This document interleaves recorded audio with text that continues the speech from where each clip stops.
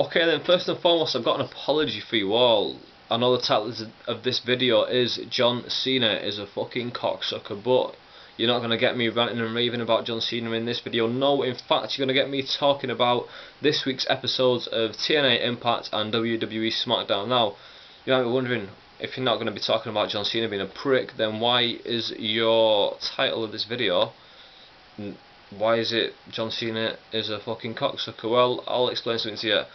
I'm conducting a little bit of an experiment, you see. I want to see how many people will be willing to click on a video that's labelled John Cena is a cocksucker. I think a lot more people want to click on that rather than just some knobhead sat in his bedroom saying, hey, do you know what?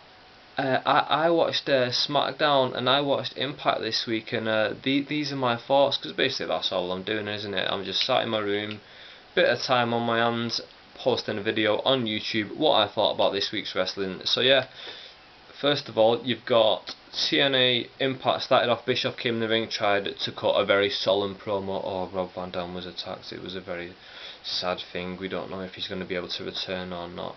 Yeah, a bit of a shit promo. He overdid it. He used the Owen voice, as people like to call it. The voice where you pretend that it's real. We all know it's not. It's uncalled for. You don't need to use that much of amateur dramatics, in my opinion. But yeah, Bischoff cuts a promo, basically says, right, we're vacating the world title because Rob Van Dam is injured. Abyss has taken him out, fair enough, so we're going to have a world title tournament. Now this, to me, should have been massive. Should have been, yeah, we're doing a world title tournament. It should have been really exciting, but it wasn't. It was really a down. It was like, oh, Rob Van Dam is gone. They're concentrating on the negative of Rob Van Dam being gone rather than the positive of them having a world title tournament, which they should be doing. Anyway, match number 1, Jeff Hardy beats Rob Terry in the tournament. Short match, Jeff Hardy carried Rob Terry to the match. Match 2, Mr. Anderson versus Jay Lethal. Anderson goes over. Okay, match, very short again.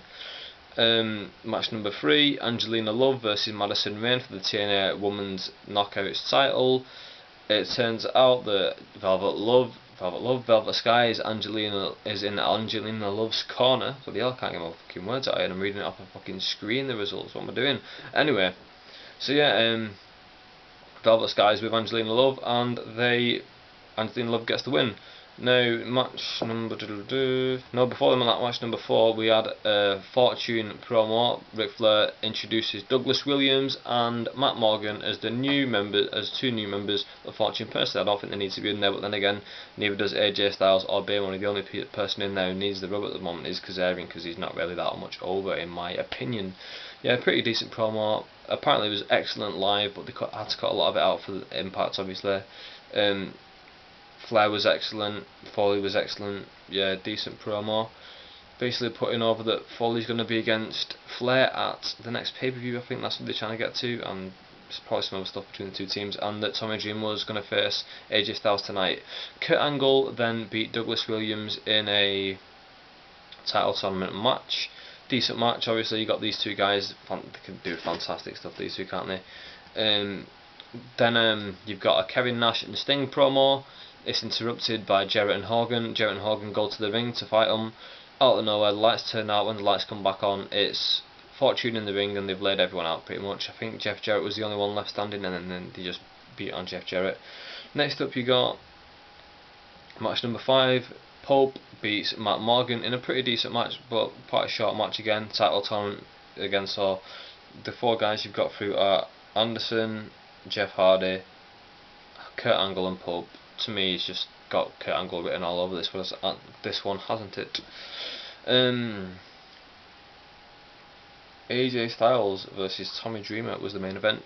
AJ Styles went over when Abyss came down to the ring, took out Tommy Dreamer while no one was paying attention, then AJ got an easy win. That was Impact. I found Impact quite boring this week, so I've just rushed through this because I thought I'd review it just because I was asked to, and I had a bit of time spare, so I thought, well, why not do it? Kofi Kingston. I don't know if you can tell by my voice, I've got a bit of, don't know if it's flu or hay fever or something. I just feel really bunged up and really ill at the moment. You don't want to hear about that, you want to hear about SmackDown. So yeah, let's get straight into SmackDown. Alberto Del Rio interrupts Rey Mysterio at the start. Really decent promo. Then he announces, right, we're going to have Rey Mysterio, Alberto Del Rio in the main event tonight. Excellent, fair enough. Match number 1, Kofi Kingston beats Dolph Ziggler by DQ in an IC title match. Vicky Guerrero caused the disqualification, so Kofi Kingston does not get the Intercontinental title belt, because obviously we all know you cannot win a title on a disqualification. Next up, you've got Luke Gallows and Serena against Big Show and Kelly Kelly. If Serena and Luke Gallows lose, they are kicked out of the SAS, Straight Edge Society. Luke Gallows and Serena won. Serena did an okay job of carrying Kelly Kelly through this match and making the match acceptable, but you could tell that Serena's not a polished in-ring competitor. Although she's a great character in my opinion, she's not an excellent worker, and you know, I took away a little bit from the match because she couldn't carry Kelly Kelly to an excellent match. Anyway, after that, Kane cuts an awesome... Yeah, by the way, Luke Gallows and Serena won, if I didn't mention that already. Then Kane cuts an awesome promo. The weird thing about it, though, we sat down for it, but this is a really good promo because it wasn't like the usual WWE thing where they expect the wrestling audience not to remember the recent history, only remember the recent history, even to forget about the past. But this promo basically spoke about the last 13 years of Kane's career, talking about how he debuted at Bad Blood and how basically just chronicled his entire feud with the Undertaker and how he bided his time up until now to take him out, because Undertaker is a proud man and that's his one sin. There's some Jack Swagger, Rosa Mendes thing in the back. MVP comes and interrupts it. Rubbish. I wasn't really bothered about this. Jack Swagger was there. It was entertaining. Early on in the show, I don't know if it was his return, but Hornswoggle appeared, which got a decent pop from the crowd. So those of you who don't like seeing Hornswoggle on your TV, me included, you know, get over it, because he is liked by the crowd overall. That was in a Layla and Michelle McCool little segment where they were both saying, oh, Teddy Long's going to be mad at us, but we've got a plan. What was that plan? We didn't find out.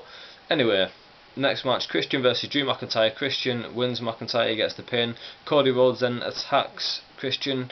They're trying to tell us that Drew McIntyre and Cody Rhodes are now besties buddies, basically. Matt Hardy then comes out to try and save Christian. Obviously he's been feuding with Drew McIntyre. They're trying to build up like maybe an alliance between Matt Hardy and Christian, and then one between Drew McIntyre and Cody Rhodes even. So they could have a little bit of a feud where they do tag team matches, then it blows off in singles matches at whatever pay-per-view. Or maybe a Survivor Series type of thing, it will blow off there. Then we had the main event, which was Alberto Del Rio making his debut against Rey Mysterio, and Alberto Del Rio gets the win, which elevates him straight to the not main event level, but straight to the upper card. And this guy, he's gone from an FCW knobhead. I'd seen him on FCW a load of times and I didn't like him. Now they've put him straight in this main event, and I care about this guy now. I want to see this guy win, because they made him an awesome heel. He cut a great promo on Rey Mysterio, basically calling Rey a peasant. In fact, that's exactly what he said. Yeah, and he made Rey tap out as well. So yeah, excellent debut for this Alberto Del Rio. So that's my review of both Impact and SmackDown. SmackDown was the better show, but Impact was different as always. Impact had a world title tournament starting off, which should have been hyped more in my opinion, and I hope they do add extra hype to it in the next few weeks. But yeah, that's my review of both shows, and I don't know when I'll be back next. I'll probably be uploading one of the videos I've already got on my computer, which will probably be Mick Foley's third book. I've got a review of that on my computer that I did about 2 weeks ago, which I can upload at any time, so that might be my next video on here. Either that, or I've got the top jaws of the 80s, I think, that I've not uploaded yet, so I might put that up. So yeah, look out for them, and with that, I'm out. Bye.